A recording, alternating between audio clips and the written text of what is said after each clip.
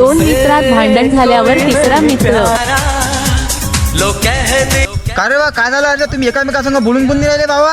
दररोज एका डाटा जेवणारे आणा बाबा तुम्ही. मी बोललोच असतो त्या अंग, पण त्यानं माझ्या लवरले मेसेज केला, त्यानं गद्दारी केली माझ्यासोबत. थांब मग मी त्याला म्हणून पाहतो काय म्हणते तो. काय रे तेजे, त्याच्या लवरले कोण मेसेज केला ते? अबे मी कायला मेसेज टाकला, त्याची लवर मायावर लाईन मारवायली, तिनं स्वतःच मला मेसेज केला. ठीक आहे तेजे, सांगतो मी त्याला समजून. काय रे, काय म्हणत तो?